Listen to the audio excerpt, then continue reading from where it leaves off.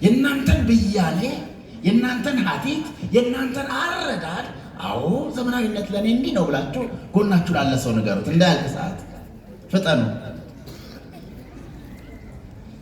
1 ደቂቃ ነው የሰጠኋቸው። ለኔም ራሱ 1 ሰዓት ነው የሰጡኝ። ስለዚህ ከዛች 1 ደቂቃ አዎ ተነጋገሩ። የማይናገር ሰው አይኖር አረዳዳቸው። ምክንያቱም ከኔ ትምህርት ጋር ያላችሁን አረዳድ እንድትፈትሹ ስለሚረዳቸው ነው። ምንድነው ለእናንተ ዘመናዊነት? ከተዋህዶ ቤተክርስቲያን ጋር ይገናኛል ወይስ ይጻረራል? ከተጻረረ ስለምን? ሰዓታችሁ ሊያልቅ ጥቂት ሰከንዶች ቀሩ። እሺ አሁን ሰዓታችሁ አልቋል። ዘመናዊነት አሁን ከጠየቅኩኝ ጊዜ ስለማይበቃ አጭር ስለሆነ ጊዜው እናንተን እድል ሰጥቼ እርስ በርስ እንድታወሩ ያደረግኩት ከኔ ጋር የሚኖረን ጊዜ እንዳይወስድ ነው። ዘመናዊነት ወገኖቼ፣ አንዳንድ ሰዎች ስልጣኔ ነው ይላሉ።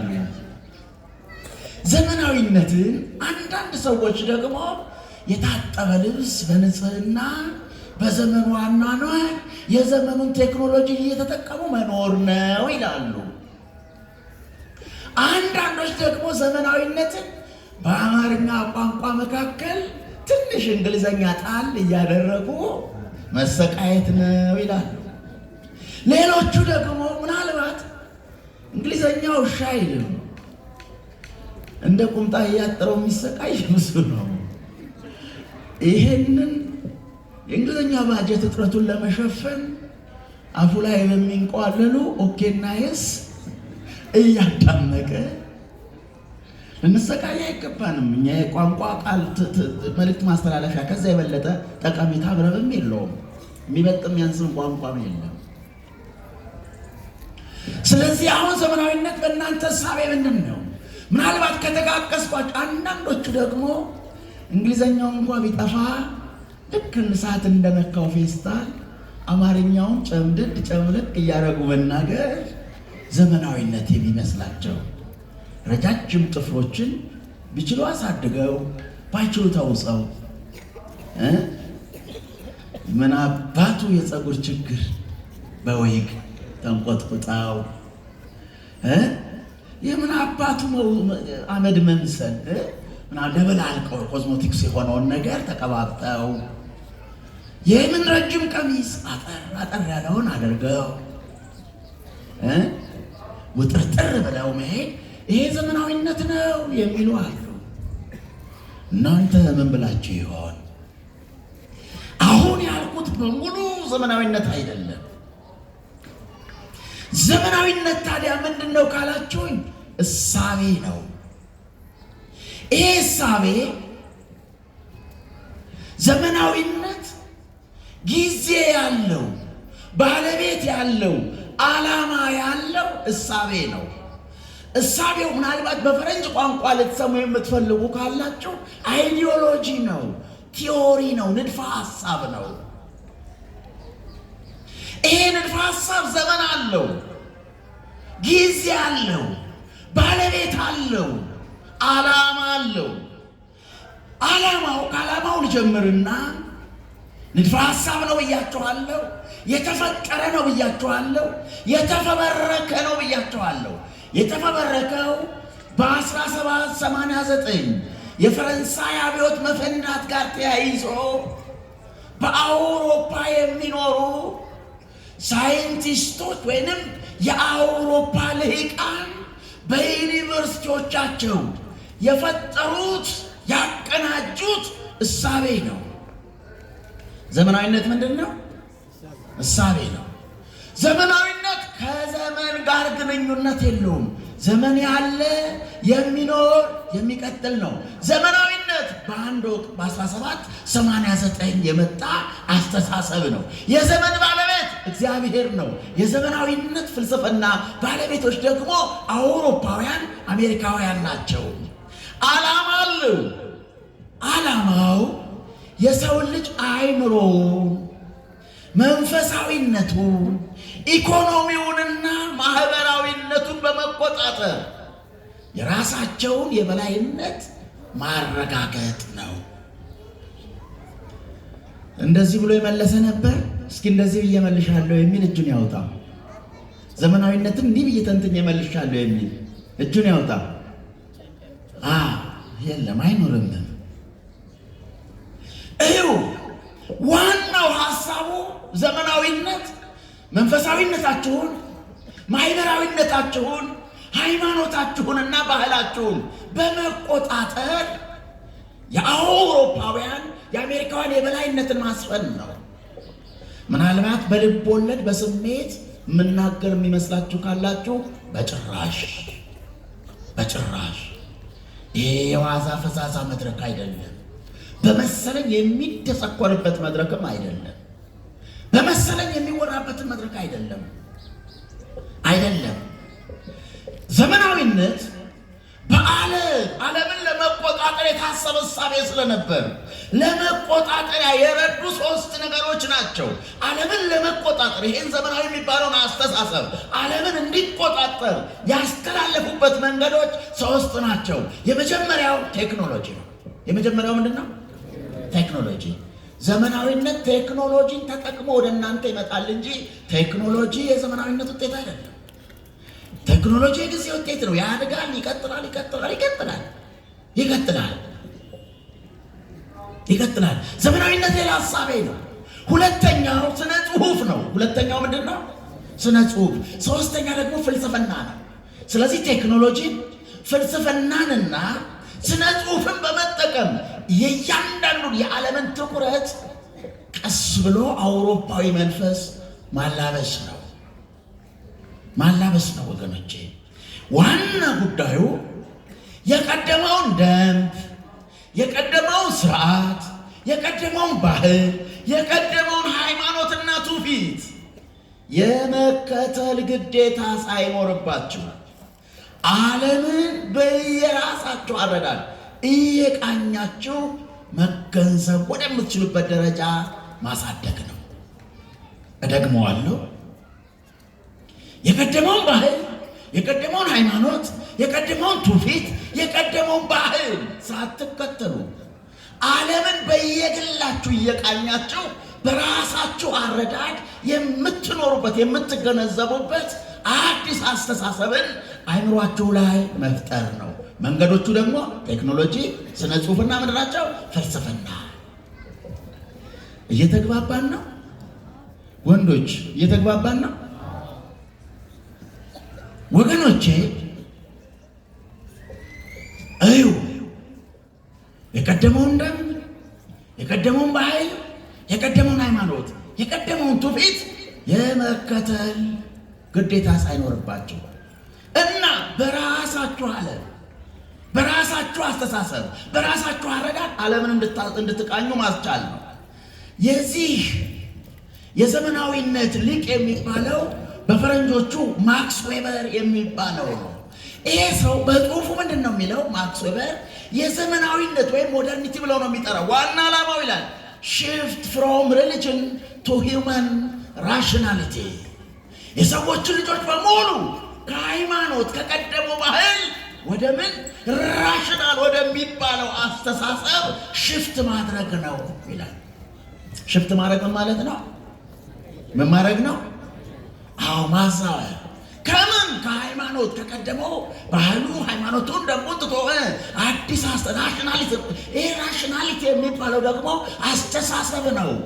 ይሄ አስተሳሰብ ደግሞ ዘመናዊ ነኝ ወደሚለው አስተሳሰብ ማሸጋገር። ይሄንን ሐሳብ ሲጠቀልል ማክስ ዌበር እንዲህ ብሎ ይጠቀልላል። ሞደርኒቲ ይላል ካለ በኋላ ይሄ divorced from all religion and tradition ከሁሉም ትውፊትና ሃይማኖት ሰውን ማፋታት ነው። ምን ማድረግ ነው? ማፋታት። ሳይንስ ከዛ በኋላ ከሃይማኖት ይልቅ ሞራሊቲ ሳይንስን የበላይ አድርጎ all free from all religion and revelation ሁሉንም ከሃይማኖትና ከክርስትና አስተሳሰብ ነፃ ማድረግ። እንዴት ነው ነፃ የሚያደርገው? ቀስ በቀስ እያጠበ። ከኔ ጋር ናቸው? ጥቂት ጊዜ ነው የምንቆየው። እንዴት ነው የሚያጥበው ብላችሁ ካሰባችሁ ቀስ በቀስ መዝሙርን በአንዴ ማጥፋት ስለማይቻል በመዝሙርና በዘፈን መካከል ያለውን ድንበር ማፍረስ። መዝሙርን በአንዴ ማጥፋት ይከብዳል። በአንዴ ማጥፋት እንዳይቻል ከምን ማመሳሰል? ከዘፈን ጋር ማመሳሰል። ስለዚህ ዘፈንና መዝሙር አንድ ከሆነ በአይምሮ ለዘፈን ያለው ቦታ ለዘፈንም ያለ ቦታ ተመሳሳይ ይሆን ይመጣል። ቀስ በቀስ መሸርሸር፣ ቀስ በቀስ አይምሮን ማጠር፣ ቀስ በቀስ አይምሮን ሽፍት ማድረግ ነው ዋና ሳቤ። ዘመናዊነት ለሚባለው ሳቤ የሰውን አይምሮ ቀስ በቀስ ማዛወር ነው። ማዛወር ቱ ቢ ሞደርን ማለት ይልና ይላል እያለ በአጠቃላይ የሰውን ልጅ ነፃነት ይላል። ከሃይማኖት ነፃ የሆነ ማንነት ገንዘብ እንዲያደርግ። አሁን ይህንን በብዛት የምጠቅስበት የምዘረዝርበት ጊዜ ስለሌለ ይህን አልበልና ልለፍ። ዘመናዊነት ለሚባለው አስተሳሰብ ማክስ ዌበር ሲጠቀልል ጳውሎስ በርገርና ማክስ ዌበር የሚባሉ የዚህ ባለቤት የፈላስፋዎቹ ባለቤት በአምስት ዋና ዋና ሐሳቦች ይጠቀልሉታል። በስንት አልሰማሁም፣ ንቁ ተሳታፊ ይፈልጋለሁ። በስንት? በአምስት ይጠቀልሉታል። የዘመናዊነት መገለጫ ዘመናዊነት ማለት የሚለውን ትርጉም ወይም ሀቲት በአምስት መሰረታዊ ሐሳቦች ይገልጡታል። የመጀመሪያው በእነሱ ቋንቋ ሴኩላራይዜሽን፣ በእኛ ቋንቋ ዓለማዊነት ማለት ነው። ምናዊነት? ዓለማዊነት። አሁን ልብ በሉ፣ ሰውን ከሃይማኖት ነፃ ማድረግ ነው። አይታችሁ ከሆነ በደርግ ጊዜ መሀይም ብሎ ይሳደባል። ምን ብሎ ይሳደባል? መሀይም ማለት ምን ማለት ነው? ምን ማለት ነው ለእናንተ ያልተማረ አይደል? መሀይም ማለት ነው። በደንብ ጮክ ብለው ምን ማለት ነው? አይወላችሁ እዚሁ ቁጭ ብለን ራሳችንን እንሰድባለን። መሀይም ሃይመነ አመነ ታመነ። መሀይም አማኞች ታማኞች ኦርቶዶክሳውያን ሆነን ሃይመነ ምን አለ? አመነ ታመነ። መሀይም አማኝ ታማኝ። መሀይም ይላል መታመኛዬ፣ ምእመንዬ መታመኛዬ። ወገኖቼ ልብ በሉ እና ታዲያ እንዴት ነው ሌላ ቀስ እሺ ይሁን እዚሁ እንዴት ነው መሀይም እያለ የምንሳደበው? እያሳሳቀ ቀስ በቀስ አስተሳሰቡ ገብቷል። በተለይ በደርግ ጊዜ ቤተ ክርስቲያንን የሚወዱ ሃይማኖታቸውን የሚያከብሩ ሰዎች ዘመናዊነትን ያልተላበሱ ናቸውና፣ ስለዚህ መሀይሞቹን አያቸዋቸው፣ አማኞቹን ማለት ነው። በግዕዝ ቋንቋ መሀይም ማለት ሃይመነ አመነ ታመነ፣ አማኝ ታማኝ ማለት ነው። እና ታዲያ ለምን መሀይም ብለን እንሳደባለን? ሳናውቀው ዘመናዊነት ትንሽ እንደተጋቦት ሽው ብሎ እዚህም ተሰሙ ከሆነ እንደዛው ነው። ከኔ ጋር ናቸው። ሴኩላራይዜሽን ወይም ዓለማዊነት ሶስት ሐሳቦች ውስጥ አሉት። የመጀመሪያው ኢአማኒነት ነው። የመጀመሪያው ምንድን ነው? ሁለተኛው ምግባር አልባነት ነው። ሁለተኛው ምንድን ነው? ሶስተኛ ስርዓት አልበኝነት ነው። ሶስተኛው ምንድን ነው? ስርዓት አልበኝነት። ኢአማኒ አሁን ሃይማኖት አልባነት ማለት እንዴ ቤተ ክርስቲያን ምን ልታረግ ትሄዳለህ? እግዚአብሔር ሁሉም ጋር ነው አይደል? አሁን ታዲያ ስለዚህ ቤት ቁጭ ብለህ ለምን አይሰማህም? ነጠላ በመልበስ ነው? ቤተ ክርስቲያን ሄዶ በማጎብደድ ነው? እና ቤት ቁጭ ብለህ ለምነው ይሰማሃል። እዛ ሁሉም ጋር ነው። አዎ ቀስ በቀስ በማድረጊያ ነው። አንተን ከቤተ ክርስቲያን ቤት አስቀረ፣ ልጆችን ደግሞ ከሃይማኖት ያስቀራል። በቀጥታ አንተን አንድ ከሃይማኖት ማስቀረት ስለሚቀርደው እያንሸራተተ አንተም ከቤተ ክርስቲያን ሲያግድህ ልጆችን ደግሞ ከእግዚአብሔር ከእምነት ያግዳቸዋል ማለት ነው። ቀስ በቀስ የአማኒነት ሴኩላር። እኔ እኮ ዓለማዊ ነኝ ይላሉ። ክርስቲያን ሆኖ ዓለማዊነት አለ። ዓለማዊ ነኝ ማለት እኮ ምግባር የለኝም፣ ሃይማኖት ሃይማኖት ቦታ የለኝም፣ ለስርዓት አልገዛም ማለት ነው። ዓለማዊ ነኝ ለክርስቲያን ሆኖ ዓለማዊነት ይቻላል? ምግባር አልባነት አይታችሁ ከሆነ ምግባር አልባ ሕፃናት ወደ ቤት ሲገቡ ትንሽ ከፍ ካሉ ሼባው ገባ እንዴ ይላል። አልገባም ወተታለ እንዴ ይላል። ሕፃናት ናቸው 10፣ 8፣ 7፣ 8 ዓመት አባዬ ማማዬ። ምክንያቱስ ለነሱ ሰልጥነዋል። የዚህ የስልጣኔ ዘመናዊነት የሚባለው እንትን የሚተላለፈው አንድ በቀለም ትምህርት ነው። በዩኒቨርሲቲዎች በተለያየ መልኩ ወደ ትውልዱ በየሚዲያው በየመኑ ይደርሳል። ቅድም እንዳልኳችሁ ከዛ በኋላስ ግን እኮ ልጁ በአንድ አይደለም አባቱን ሸባ ያለው በአንድ አይደለም። አባትየው አንድ ቀን ቀውጦ ምን ብሎ ነበር? ሴትየው አልገባችም እንደ ማሙሽ ብሎት ነበረ። እና ማሙሽም የምን ብድር አይው ላይ አደር ዘር ደግሞ አልጠራሁም የምን ብድር አይው ላይ አደር እንደተባለ ማሙሽም በተራው ሰውየው አልገባም እንደ ማለት ጀመረ። መከባበር የለም፣ መናና ክብር የሚባል ነገር የለም። እዚሁ ላይ ጠቀስን አድርግላችሁና አንድ ነገር ብያችሁ ቶሎ ልለፍ። ትቸኩላላችሁ እንዴ? እስኪ እጃችሁን አውጡ። ማትቸኩል እስከ ስንት መቆየት እንችላለን? እስከ 4 ቀብድ ከፍያለሁ አባታችን እስከ 4 እንዳይረሱ። እሺ በ1980 የተጠና ጥናት ነው። ጥናቱ የአስተሳሰብ ልዩነትን ነው የሚያጠናው። በእነሱ ቋንቋ አይዲዮሎጂ ጋፕ ይባላል። የአስተሳሰብ አይዲዮሎጂ ጋፕ ማለት የእድሜ ልዩነት አለ፣ የአስተሳሰብ ልዩነት ነው። እና በዚህ ልዩነት ከ1980 በፊት የነበረውና 80 በኋላ ያለውን ትውልድ መዘኑ። ከ1980 በፊት የነበረው ትውልድ በመጀመሪያ በህይወቱ ዋጋ የሚሰጠው አንደኛ ተራ ቁጥር በህይወቱ ዋጋ የሚሰጠው ለአባትና ለእናቱ ነው። ለማንና ለማን ነው? ለአባት ለእናቱ። በሁለተኛ ተራ ቁጥር ለሃይማኖት አባቶች፣ ለአክስት፣ ለአጎት ነው። በሶስተኛ ተራ ቁጥር ደግሞ ዋጋ የሚሰጠው ለጓደኛ ነው። በአራተኛ ተራ ቁጥር ለተለያየ ላለባበስ ለምን ቦታ ይሰጣል። አንደኛ ምን ነበር? እናትና አባት። ሁለተኛ አጎት፣ አክስት፣ የሃይማኖት መሪዎች። ሶስተኛ ፋሽን። አራተኛ የመሳሰሉ እያለ ይቀጥላል። አሁን ደግሞ ከ1980 በኋላ በመጀመሪያ በህይወቱ ቅድሚያ የሚሰጠው ለጓደኛው ነው። ቅድሚያ የሚሰጠው ለማን ነው? ለጓደኛ፣ ለኤጅ ቤት። የወለዳችሁ በሙሉ ልጆቻችሁን ልባቸውን ማወቅ ከፈለጋችሁ እንደ ጓደኛ ዝቅ ማለት ይጠበቅባችኋል። እንደ ጓደኛ ደግሞ ዝቅ ስትሉ የአባትነት የቤተሰብ ድንበሩ ከፈረሰ ቤቱ አብሮ ይፈርሳል። ስለዚህ እንደ ጓደኛ ዝቅ ስትሉ የአባትና የእናት ድርሻው ሳይጣስ ድንበሩ ሳይፈርስ ገብቷችኋል። በመጀመሪያ ተራ ቁጥር ልቡን የሚያውቀው ጓደኛው ነው። አንተ ልቡን አታውቀውም። በሁለተኛ ተራ ቁጥር የሚሰጠው ለዚህ ለእነ ሮናልዶ ዘፋኝ ሊሆን ይችላል፣ የተለያየ ነገር ሊሆን ይችላል። በሁለተኛ ተራ ቁጥር ወይ ኳስ ተጫዋች ወይ ፊልም ሰሪ ወይ ደግሞ ዘፋኝ ወይ የኪነ ጥበብ ሰው ብቻ በህይወቱ ሁለተኛ ተራ ቁጥር የሚሰጠው ለነዚህ ነው። በህይወቱ ሶስተኛ ተራ ቁጥር የሚሰጠው ለፋሽን። ሶስተኛ ለምንድን ነው? ለፀጉር ቁርጡ፣ ለሱሪ፣ ለተለያየው ነገር ሶስተኛ። አራተኛ ቤተሰብ። ቦታህን አወቅ። አራተኛ ማን ነው? እንዴት ተንሸራቶ እንደመጣየው አራተኛ ቤተሰብ። ለዚህ ነው አሁን ከአንተ ይልቅ በዘመናዊነት ሰለባ ምክንያት ልጆች የሱሪያቸውን ያህል እንኳን አንተ ቦታ የላቸውም። ከአንተ ጫማ ነው የሚፈልጉት፣ አንተን አይፈልጉም። ለዚህ ነው እናት አባታቸውን አንቀው ገደሉ የሚባል ዜማ ብርቅ ያለው ነበር። መጨካከል የሚባለው ነገር ብርቅ ያለው ነበር። ቀስ በቀስ አይምሯችን እየታጠበ መጣ። ታጠበ። ያ የቀደመው ማንነታችን፣ የሃይማኖት እውቀታችን፣ ፈሪሃ እግዚአብሔር እየታጠበ ተወሰደ።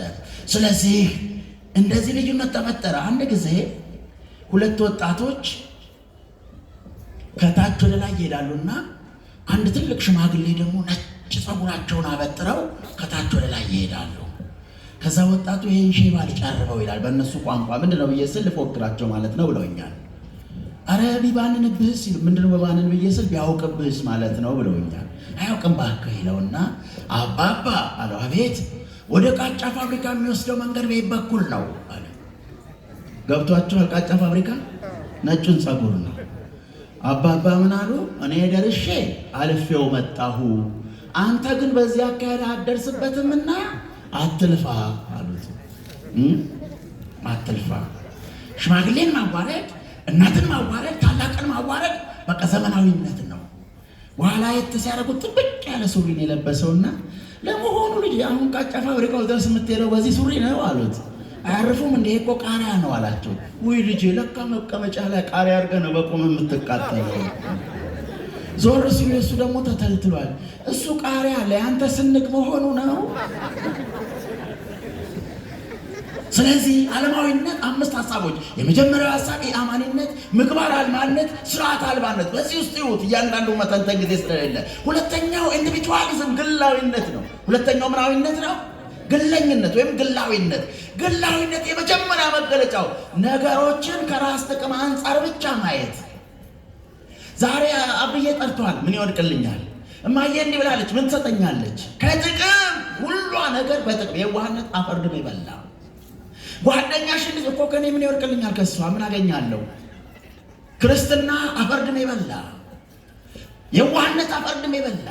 ምን ይወድቅልኛል? ጥቅም ከራስ ጥቅም አንጻር ብቻ እንዴት ምን ጥቅም አገኛለሁ? የዋህነት የለም። ሁለተኛ ነገሮችን በራስ መረዳት መተርጎም። ነገሮች መማረክ ምን ማድረግ?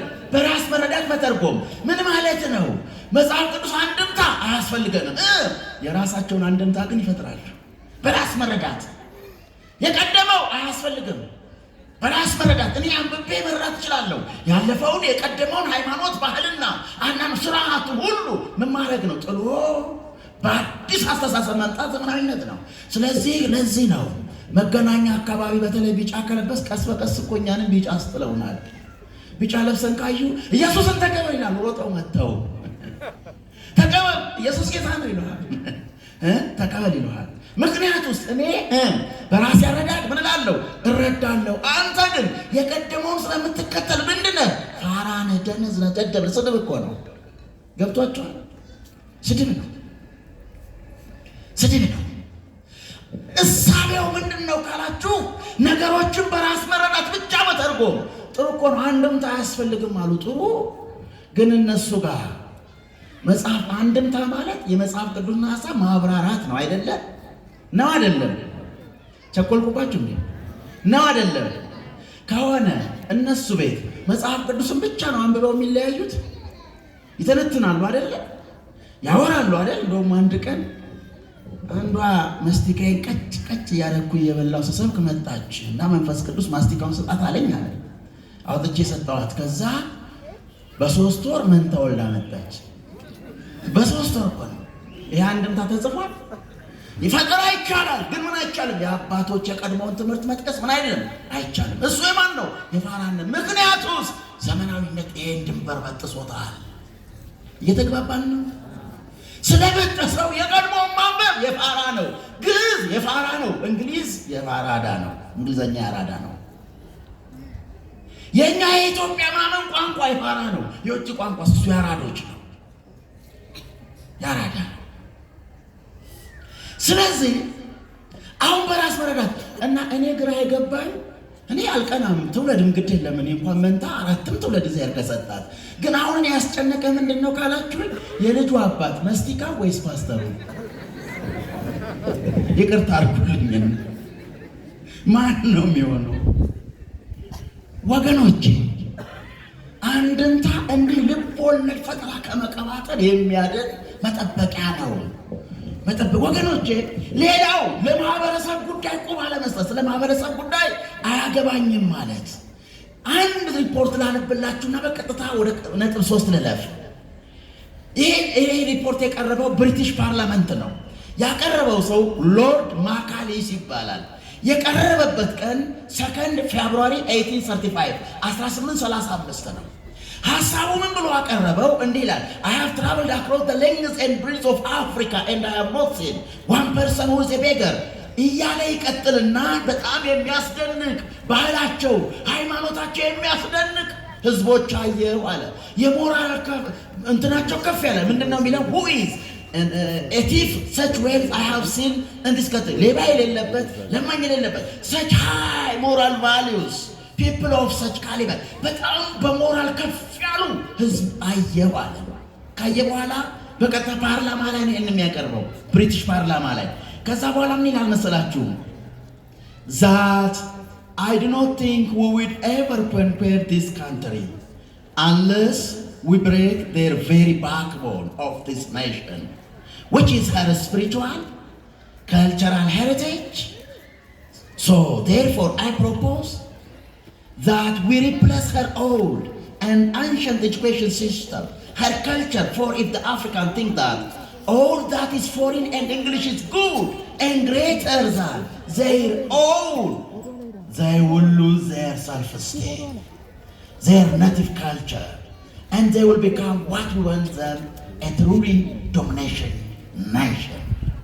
ምን ማለት ነው? ወደ አማርኛ ሲመለስ አየው ካለ በኋላ እንዲህ ይላል፣ ለማኝ የማይገኝበት ሁሉ ተካፍሎ የሚበላበት የሚተሳሰኑ የሚከባበሩ ህዝቦች አየው።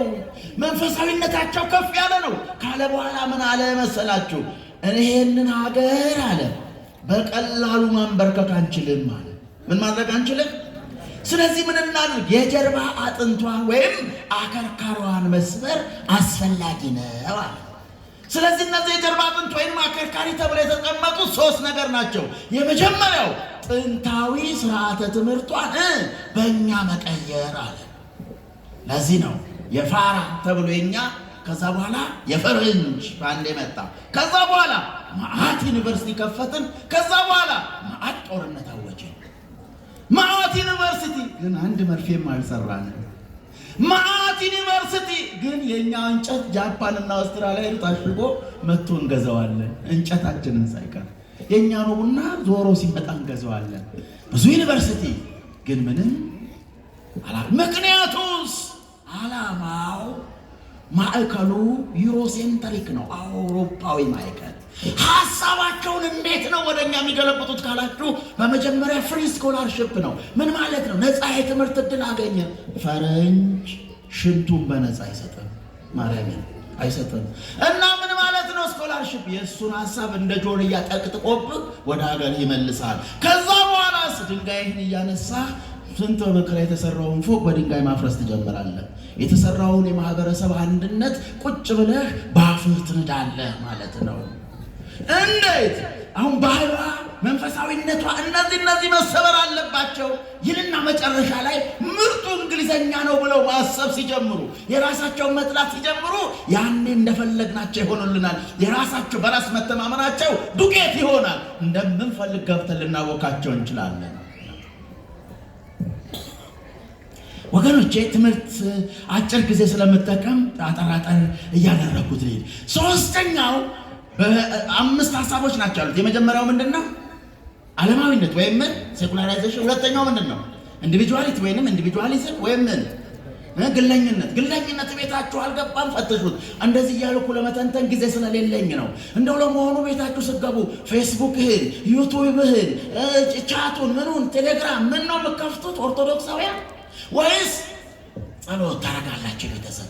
ወይስ ልጆችን ጸጉር እያሻሸክ እንዴት ነህ እያልክ ህይወትን ሰውነትን ለልጅ ታስተምረዋለህ? ወይስ ፌስቡክ ላይ ያገኘውን ነገር እያልክ ልጆችን እዛ ኢግኖር ወደዛ ጥላቸው ስተኙ እንኳን ሳይቀርቆ ባለ ወደዛ ፊቱን ይዞ ፌስቡክ፣ ሚስት ወደዛ ፌስቡክ።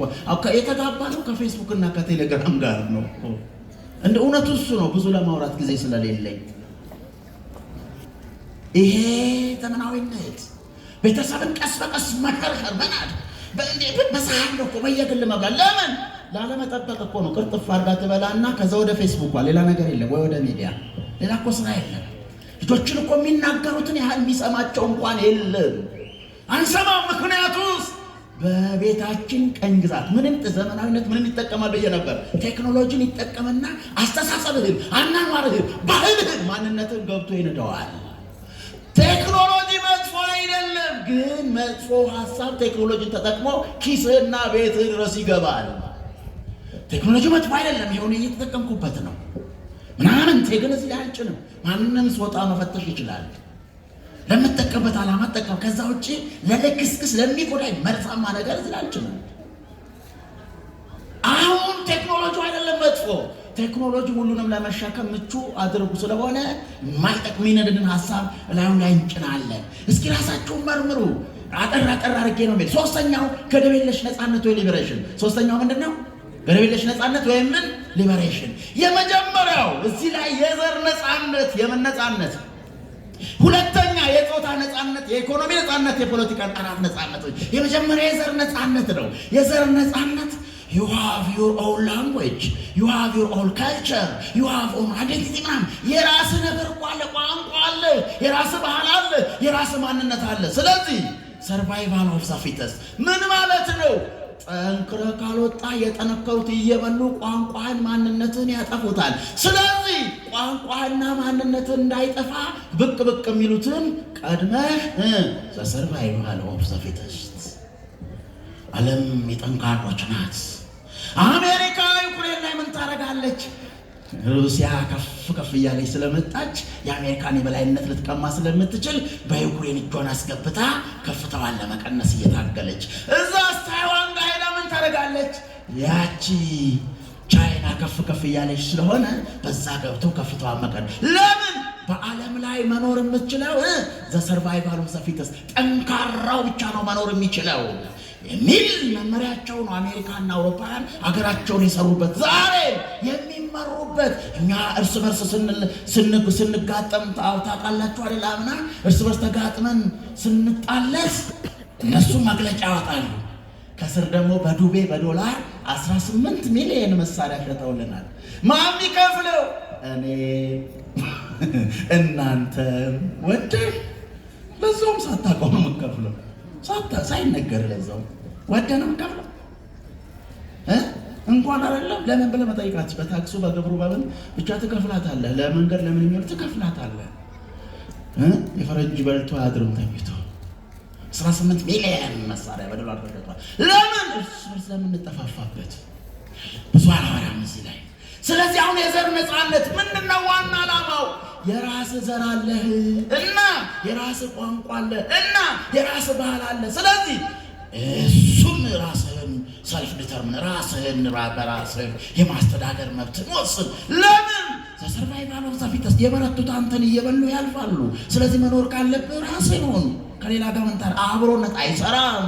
አብረን የለም የሚባል ነገር የለም። ይሄ መመሪያ ነው። የጾታ ነፃነት ሁለተኛው የጾታ ነፃነት ሴትና ወንድ እኩል ነው። እኛ መቼም እኩል አይደለም ብለን አናውቅም። ሴትና ወንድ በተፈጥሮ እኩል ነው። ግን አንድ ቤት ውስጥ ሁለት ዳኛ አይኖርም። ሁለት ዳኛ ካለ ቤቱ ይፈርሳል። አንድ ዳኛ አንድ መሪ ነው የሚኖረው ማለት ይፈልጣል ይቆርጣል ማለት ተመካክረው ተወያይተው ተግባብተው ቤታቸውን ይመራሉ። አለቀ። ብዙም ለመዘርዘር ጊዜ ስለሌለ ስለዚህ የሴቶች ለውጥ ያስፈልጋል። ምን አይነት ለውጥ? የሴቶች ለውጥ አይደለ? ፌሚኒስት ሙቭመንት ለውጥ ጥሩ ነው። ነውጥ ግን መጥፎ ነው። አውሮፓ ላይ ሄዳችሁ ሴቶቹ በሙሉ የትዳር ዓለም በቃኝ ብለው እኛ ኢትዮጵያ የምናውቀው ዓለም በቃኝ ወደ ገዳም መግባት ነው ሁሉን ትቶ። በሰለጠነው ዓለም ደግሞ በቃኝ የሚሉት አለ። ትዳርን ቅድስና በቃኝ ብዙ ይባላል፣ ግን ጊዜ የለም። ባጭሩ ቶሎ መጨረስ ስለምፈልግ ማለት ነው። ስለዚህ ወገኖቼ አሁን የጾታ ነፃነት በአሏሉና የጾታ ነፃነት የሚገርም ነገር አንዳንዴ የባህል ቋንቋ ከተጠቀምኩ ሆን ብዬ ነው እንዲገባችሁ ነገሩ ብዬ ነው። ምን ይላሉ? ልብ ብላችሁ ስሙ። ትራውማ is not your mistake። ስለዚህ you are not responsible ይላል። ትራውማ ብዙ ነገሮች አሉ። ትራውማ ብለን ስንል የተለያየ ነገር ህመም፣ መታመም፣ ብዙ ነገር ያንተ ችግር አይደለም። ስለዚህ ኃላፊነት መውሰድ አትችልም ይላል። ወደኛ ስትመጡ ደግሞ ትራውማ ያንተ ችግር አይደለም፣ መፈወስ ግን ያንተ ኃላፊነት ነው። ምን ማለት መፈወስ ታምም ያለው ካለ ሪዝነብል ነው ይላሉ። ምን ለምን እኔ እንዲህ ሆኜ የተፈጠርኩት ይላል። ተበላሽተህ ከተፈጠርክ ያለ ተበላሽተህ መኖር ወይም ሌሎቹ ማበላሸት ሳይሆን ያለ ሚና ወይም ያለ ብቸኛው ጉዳይ ከተበላሸበት ነገር እግዚአብሔርና ሕክምና የተለያዩ አካል እንዲያድንህ ጥረት ማድረግ ነው። ተበላሽቻለሁ ብሎ መበከል አይሰራም። ስለዚህ የጾታ ነፃነት አለ። ማናማ ሁሉም መጋባት ይችላል። የጾታ ስለዚህ ትዳር እንዲህ ነው አሉ። የሁለት ሰዎች ስምምነት። የስንት ሰዎች ስምምነት? እኛ ጋር ነው እንዴ? አይደለም። የሁለት ሰዎች ማለት ውስጡ መርዝ አለው። ትዳር ማለት የወንድና የሴት ስምምነት ነው። የሁለት ተቃራኒ ጾታ ስምምነት እንጂ የሁለት ሰዎች ስምምነት አይደለም። የጾታ ነፃነት ብቻ መጣ። የኢኮኖሚ ነፃነት አቤት እሱን አሁን አላወራውም። የፖለቲካ ነፃነት አላወራውም። መግቢያው በሩ እሱ ነው። ስለዚህ ነፃነት። አራተኛው ረቂቅነት። በዘመናዊነት በጎ ስራ ለመስራት ራስን ማብቃት፣ ድሃን ለመርዳት ዘርፎ ሀብታም መሆን መሰብሰብ እንጂ አንድ ያለው ሁለት ያለው አንድ ያካፍል አይሰራም። ሁለተኛ ዘመናዊነት ስህተቶችን ነቅሶ ለማሳየት ወደሚችል ክሪቲክስ ማደግ ብቻ ያንን እንዲህ ነው ብቻ መተቸት ብቻ ምክንያታዊ ነኝ። ቄሱ እንዲህ ነው እንትና እንዲህ ነው ታላቅ የለ ታናሽ የለ ምን የለ መተቻቸት ብቻ። ይሄ ረቂቅ እምነት ወይም አብስትራክሽን የሚባለው አራተኛ ነጥብ ሲሆን አምስተኛው ነጥብ ፊውቸሪቲ ቀጣይነት ነው። ቀጣይነት በቦታ በሁኔታ በዘመን እንዳይገደብ ዘልቆ እንዲሄድ ቴክኖሎጂን ስነ ጽሁፍንና ፍልስፍናን በመጠቀም ዓለም በሙሉ በዚህ ሳቤ ቀስ በቀስ ያውቀው እንዲማረክ ማድረግ ግልጽ ነው። ገብቷችኋል? አልገባችሁም? ዘመናዊነት ማለት ይሄ ማለት ነው። ዘመናዊነት ማለት ይሄ ማለት ነው። ርዕሴ በዘመናዊው ዓለም ኦርቶዶክሳዊ ተዋህዶነት በዘመናዊ ዓለም ተዋህዶ ምን ማለት ነው? በጥቂት ደቂቃ ትምህርቴን ጨርሳለሁ። ተዋህዶ ማለት ዝቅ ያለውን የሰውን ልጅ እግዚአብሔር ከፍ ለማድረግ በተዋህዶ ወደኛ መጣ። ተዋህዶ በሰውና በእግዚአብሔር መካከል፣ በሰውና በመላእክት መካከል፣ በሰውና በሰው መካከል ችግር ተፈጥሮ ነበር። የሰላም ታጥቶ ነበረ። የጠብ ግድግዳ ተመስርቶ ነበረ። እግዚአብሔር ይህንን ችግር የታጣውን ሰላም የተመሰረተውን የጠብ ግድግዳ በተዋህዶ አፈረሰው ነው። ተዋህዶ የዓለም ቁልፍ ችግር፣ የዓለም መሰረታዊ ችግር የተፈታበት ቁልፍ የችግር መፍቻ መንገድ ተዋህዶነት ምን ማለት ነው? ሰው ወደ እግዚአብሔር መሄድ ባቃተው ጊዜ እግዚአብሔር ወደ ሰው መጣ ማለት ነው። አዎ ሰው ዝቅ ባለ ጊዜ ከፍ ያለው አምላክ ዝቅ ብሎ ዝቅ ያለውን የሰው ማንነቱ አድርጎ ወደ ቀደመ ክብራችን መለሰን ማለት ነው። ክብር ምስጋና ለስሙ ይሁን። ወደ ቀደመው ክብራችን መለሰን። እንዴት አድርጎ? በተዋህዶ። በምን? ትምህርቴን ጨርሻለሁ። በምን? በተዋህዶ ምን ማለት ነው? አምላክ ወሰው ሆኖ ምን ሆኖ? አምላክ ወሰው ምን ማለት ነው? አምላክና ሰው ሆኖ ስንት ነው?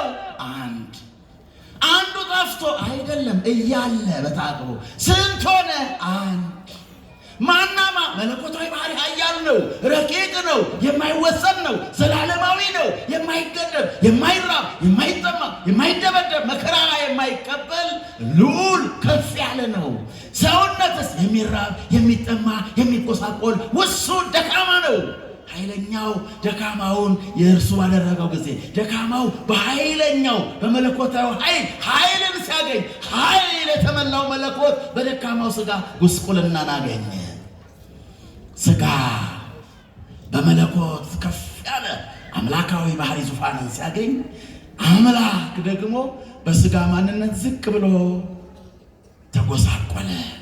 ሥጋ በጉስቁልናው መለኮትን አሳደፈው። አሁን ተለያይተው አይደለም፣ ተጨፍልቆ አይደለም፣ ግን ምን ሆኖ አንድ ሆነ? በተዋህዶ። በምን አንድ ሆነ? አልሰማችሁም? በምን አንድ ሆነ? በተዋህዶ። ተዋህዶ ማለት መደመር አይደለም። ይህን ቋንቋ ጮክ እየጠራሁት እንዴ? አይደለም። ካጥር እንዳይወጣ እንደው አጥሩ ይመልሰው። አይደለም። እና ተዋህዶ መደመር አይደለም። መደባለቅ አይደለም። መደመር አይደለም። እና ምንድነው? እያሉ ግን አንድ መሆን። እያሉ ስንት መሆን? በማርያም መልሱልኝ። እያሉ ስንት መሆን ይቻላል ወይ ብለን ስንል አባቶቻችን እንዲህ ብለው መሰሉ። ነፍስ አላችሁ አይደላችሁ? ስጋም አላችሁ። የስጋ ባህሪያት 4 ናቸው። መሬት፣ ውሃ፣ አፈር፣ አየር። የነፍስ ባህሪያት 3 ናቸው። ረቂቅ ናት ነፍስ አይደለ? ምንድነው ባህሪዋ? ዘላለማዊት፣ ለባዊት፣ ሕያዊት አይደለ? ሕያዊት ናት፣ ዘላለማዊት ናት፣ ለባዊት ናት። ደግሞ ምንድናት? ተናጋሪ፣ ነባቢት ናት። ተናጋሪ ምን ማለት ነው? ቋንቋ የምትናገር የነፍስ ባህሪ ብቻ ነው። ዘላለማዊ ናት። አትራበም፣ አትጠማም፣ አታረጅም፣ አትጣመምም፣ አትጎሰቁልም። ነፍስ ዘላለማዊ ናት። ሰው የፈለገ ቢጠጣ እሷ አትሰክርም። መናገር ግን የማባህሪ ነው። የነፍስ ማወቅ የማባህሪ ነው። የነፍስ ዘላለማዊነት የማባህሪ ነው። የነፍስ ገብቷችኋል? እሺ የነፍስ ባህሪያት ምንድን ናቸው? ቋንቋ መናገር የማባህሪ ነው። የነፍስ ነባቢት ይሉታል። ዘላለማዊነት አታረጅ፣ አትቆሰቁል፣ አትታመም፣ አትሞት። ዘላለማዊነት የማባህሪ ነው። የነፍስ ደግሞ እውቀት፣ ማወቅ፣ መፈላሰፍ፣ ክፉና ደግሞ መለየት የነፍስ ባህሪ ነው። ማወቅ የማ ባህሪ ነው? ማወቅን ለባዊት፣ ዘላለማዊነትን ዘላለማዊት ወይንም ሕያዊት፣ አሊያም ደግሞ መናገርን ነባቢት ይሉታል በግዕዝ ቋንቋ። አሁን ገባቸው የነፍስ ጠባይ? ስለዚህ አሁን አንድ ጥያቄ ልጠይቅ ነው። ነፍስ ያላችሁ ሰዎች ትመልሳላችሁ። መናገር የማ ባህሪ ነው ብያችኋለሁ? የነፍስ። ነፍስ አትሰክርም ብያችኋለሁ? አትጠጣም። ግን ሰውየው ድግም አርጎ ጠጁን ጠጥቶ መናገር ሲያቅተው የሚኮላተፈው የሚለፋደደው ነፍስ የት ሄዳ ነው? መናገር የሷ ባህሪ ከሆነ ለምን የሚለፋደደው ሰውየው? ለምን ይለፋደዳል? ትንሽ ቀማምሳ ነው? ትንሽ ጀመረች እንደ እሷ። እሺ ሌላ ምሳሌ። ነፍስ አትታመምም፣ አትቆሰቁልም፣ አትሞትም። ሰውየው በጣም የጠና ሲታመም ነፍስ መናገር ያቅተዋል፣ ጸጥ ይላል። ነፍስ አብራታማ ነው? ነገሩኝ እንጂ ትታመማለች? እሺ ማወቅ የማን ነው ብያችኋለሁ? ሰውየው ታሞ ሲያብድ፣ ካካውን ሲነካካ፣ ማይሆን ነገር ሲያደርግ ማወቅ የነፍስ ባህሪ ነው። አብራ አብዳ ነው? ነገሩኝ እንጂ አብራ አብዳ ነው ወይ? አይደለም። እና ምን ሆነ ታዲያ ስራውን ማሰራው? ከተዋህዶ በኋላ ስንት የለም? ሰው ነፍስና ስጋ ብሎ ከተፈጠረ በኋላ ስንት አይደለም? ሁለት አይደለም። ስንት ነው? አንድ ነው። አንድ ነው። ይሄን ነፍስ የሰራው ይሄን ስጋ ሰራው የሚባል ነገር የለም። ምናልባት ሐዋርያው ቅዱስ ጳውሎስ የቋንቋ ስጦታ ሰጥቶ የተናገረዋል። እሱ ሌላ ጉዳይ ነው፣ ከዚህ ጋር ያገናኘው። ስለዚህ አሁን ሁሉም እያለ አንድ ሆኗል። ነፍስ ጠፍታ ነው አንድ የሆንከው? እያለች ስንት ሆነሃል? አንድ። ስጋ እያለ ስንት ሆነሃል? አንድ። የስጋ ጉስቁልና ለማ ሆነ? ለነፍስ። የነፍስ ማወቅ ምናምን ለማ ሆነ? ለስጋ። ግን ጠፍታ ነው? ነፍስ ጠፍታ ነው አለ። ምን እያለች ስንት ሆኗል? እየገባችሁ ነው? ትንሽ እንደፈጠንኩባችሁ ይገባኛል። ለመጨረስ ለሰዓት ነው። እየገባችሁ ነው? ስንት ሆነዋል? አንድ ሆነዋል። ተዋህዶ እንደዚህ ነው። ተዋህዶ እንዴት ነው? እንደ ነፍስና እንደ ስጋ። ነፍስና ስጋ እያሉ የነፍስ ለስጋ የስጋ ለነፍስ እንደተቆጠረ ሁሉ ተዋህዶ እንዲህ ነው። ሁለቱ እያሉ አንድ ሰው ተብሎ እንደሚጠራ ሁሉ ከተዋህዶ በኋላ ሁለትነት የለም። እያለ ምን እያለ? መለኮት አምላክነት እያለ አካላዊ ቃል እያለ የሰው ከቅድስት ድንግል ማርያም የነሳው ስጋ ፍጹም ሰው ፍጹም አምላክ ሆኖ ግን ስንት አይደለም? ስንት አይደለም? ሁለት አይደለም። ስንት ነው? አንድ ነው። እንዴት? እንደ ነፍስና እንደ ስጋ። እግዚአብሔር የዓለምን ችግር ያስወገደው እንዲሆኑ ነው። እና ምን ማለት ነው? የማይገናኘው የተለያየው በጭራሽ የማይግባባው የመለኮትና የሰው አካል ችግር ለመፍታት አንድ ሆነ። ስለዚህ ተዋህዶ ችግር መፍቻ መንገድ ነው። እንዴት? የተለያየ ነገር እያለ ግን አንድ መሆን ይቻላል። ስንት መሆን ይቻላል? የተለያየ አለ። ብዙ ቋንቋ አለ፣ ብዙ ባህል አለ፣ ግን አንድ ሰው ነው ያለው። ስለዚህ አንድ መሆን እንችላለን። ቋንቋው ጠፍቶ አይደለም እያለ፣ አሃዳዊ አይደለም እያለ ስንት መሆን ይቻላል? አሃዳዊ ሌላ ቋንቋ፣ የፖለቲከኞች ቋንቋ ነው። አሃዳዊነት አይደለም። እና ምንድን ነው? አብሮነት ነው። እንዴት?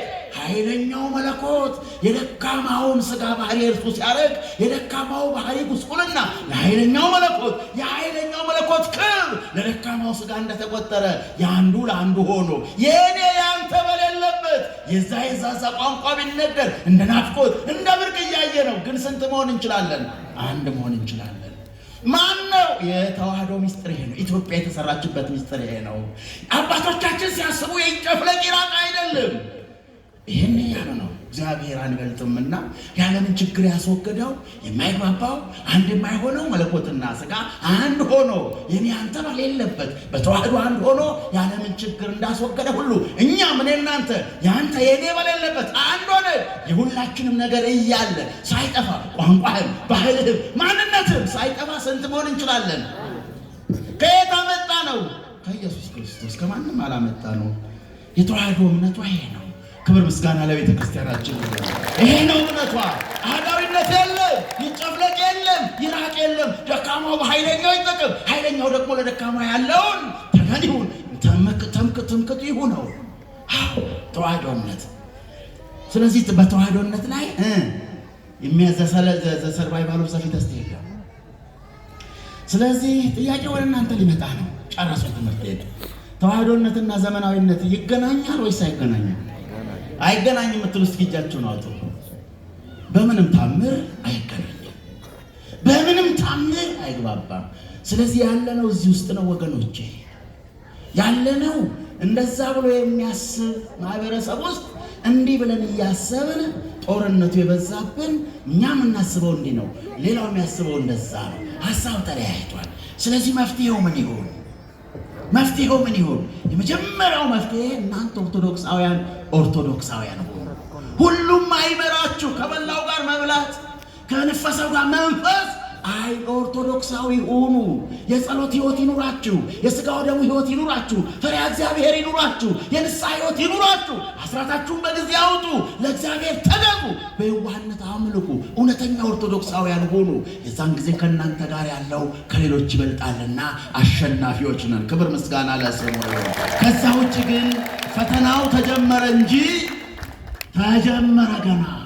አንድ ሰምታችሁ ከሆነ የአሜሪካ ሴናተር አንድ ነገር ብሎ ነበር። ሰምታችሁ ከሆነ ለምንድን ነው ሩሲያ ላይ ሄዳችሁ አሜሪካ ምን ጉዳይ ኖሯት ነው እዛ ሩሲያ ላይ እንደዛ የምታደርገው ካለ፣ ምክንያቱም ሩሲያ የቀደመውን እምነት ትከተላለች፣ የመጀመሪያው የመጨረሻው ጠላታቸው ኦርቶዶክሳዊነት ነው አለ። መጥፋት አለበት አለ በግልጽ ሴናተሩ በሚዲያ በግልጽ። ስለዚህ ሞት የታወጀበት ዘመን ነውና በእምነታችን በክብረ ሳንናወዝ ቄሱ ከመንበሩ ታቦቱ ከመንበሩ ሳይናወጥ እንደ ቀድሞ እንደ አባቶቻችን የሰጡንን ጠብቀን እስከ መጨረሻው ለመጽናት መንግስቱን ለመውረስ ቅዱስ ፈቃዱ ይሁንልን። ያበርታን። ኃይል ጉልበት እርሱ ይሆናል።